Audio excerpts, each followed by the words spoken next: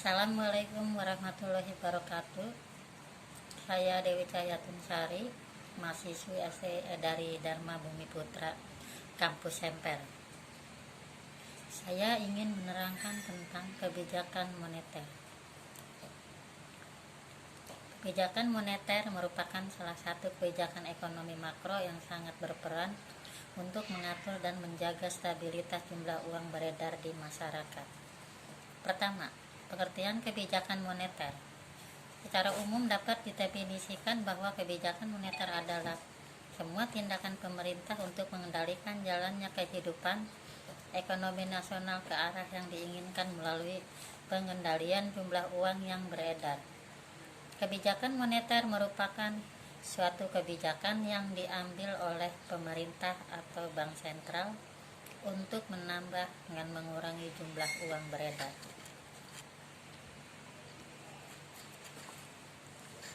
Tujuan kebijakan moneter antara lain: A. Menjaga stabilitas ekonomi melalui pengendalian jumlah uang beredar oleh bank sentral sesuai dengan kebutuhan masyarakat akan tercipta suatu keadaan perekonomian yang baik.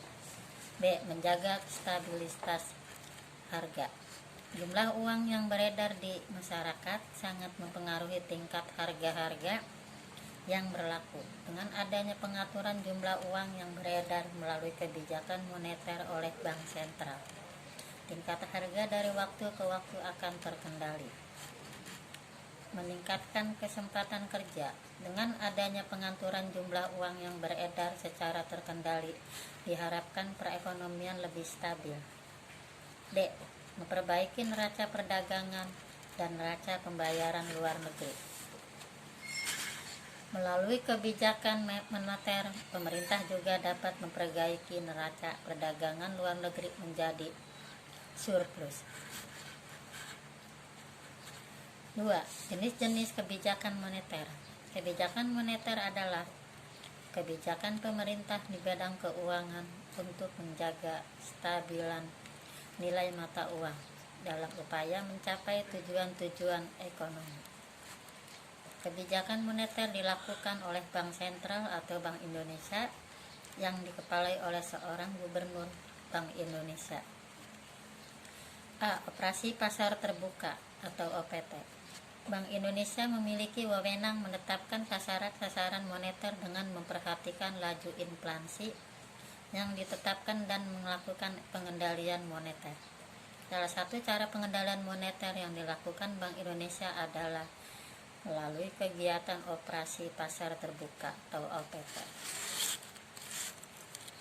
Sampai saat ini, BI masih menggunakan uang primer atau base money sebagai target operasional OPT, namun dengan tetap memperhatikan perkembangan suku bunga yang terjadi di pasar.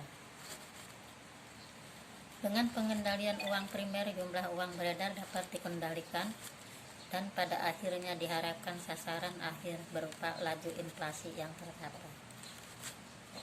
Jenis kegiatan OPT. A. Penerbitan sertifikat Bank Indonesia atau SBI. B. Jual beli surat berharga dalam rupiah. C. Penyediaan fasilitas simpanan Bank Indonesia dalam rupiah. D. Jual beli valuta asing. Dari keempat jenis kegiatan tersebut, baru penerbitan SBI dan PASBI yang digunakan BI sebagai instrumen OPT.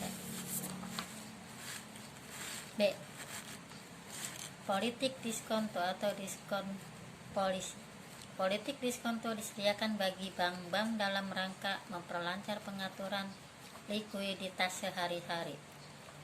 Politik diskonto dilakukan dengan cara penjualan surat berharga repo atau penjaminan surat berharga.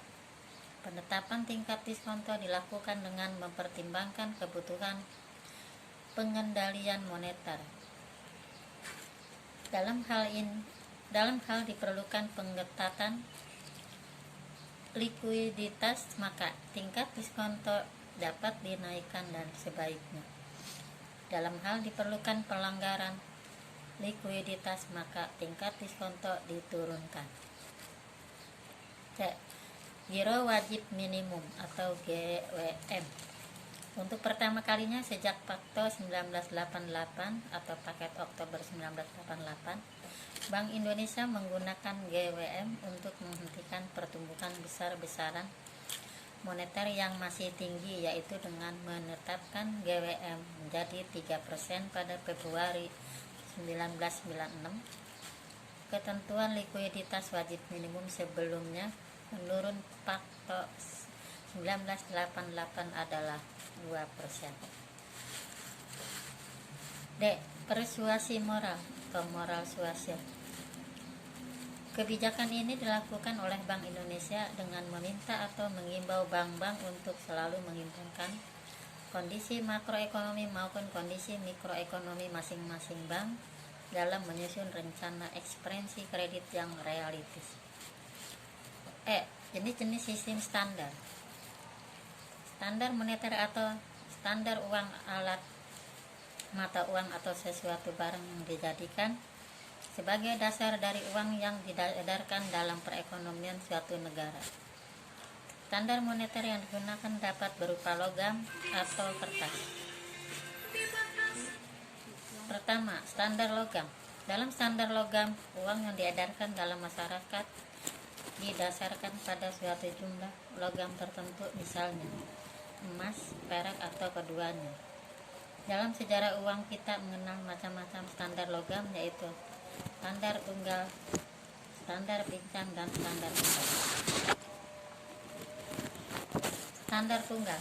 Standar tunggal adalah suatu sistem peredaran uang yang didasarkan pada satu jenis logam sebagai logam standar atau membuat mata uang. B. Standar pincang. Standar pincang adalah suatu sistem peredaran uang yang didasarkan pada suatu jenis logam saja, tapi dalam perekonomian beredar pula mata uang logam lain yang bukan mata uang standar. C. Standar kembar. Standar kembar adalah suatu sistem peredaran uang yang didasarkan pada dua jenis logam mata uang, yaitu mata uang standar emas dan mata uang standar perak. 2. Standar kertas. Dewasa ini hampir semua negara menganut sistem standar kertas, termasuk juga Indonesia. Dalam sistem standar kertas, peredaran uang tidak lagi didasarkan pada salah satu logam. Mata uang kertas diterima sebagai alat pembayaran yang sah, terutama berdasarkan kepercayaan masyarakat terhadap badan yang mengeluarkan atau Bank Sentral atau Bank Indonesia, dan dijamin dengan undang-undang. Kelebihan dan kekurangan sistem standar moneter. Kelebihan standar emas.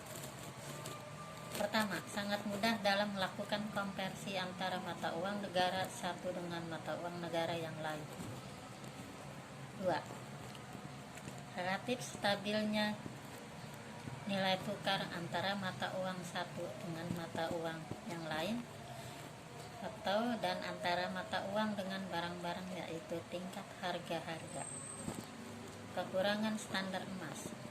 Pertama, jumlah emas yang tersedia semakin tidak cukup menunjang transaksi perdagangan nasional maupun internasional yang semakin meningkat. 2.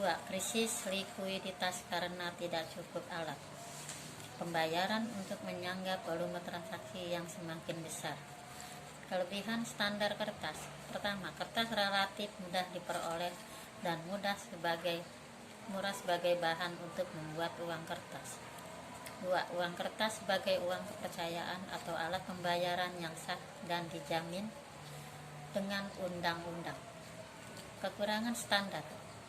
Tidak mempunyai nilai intrinsik atau nilai intrinsiknya hampir nol. 2.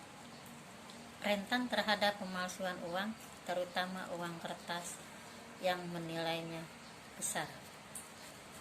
Cukup sekian penjelasan dari saya. Wassalamualaikum warahmatullahi wabarakatuh.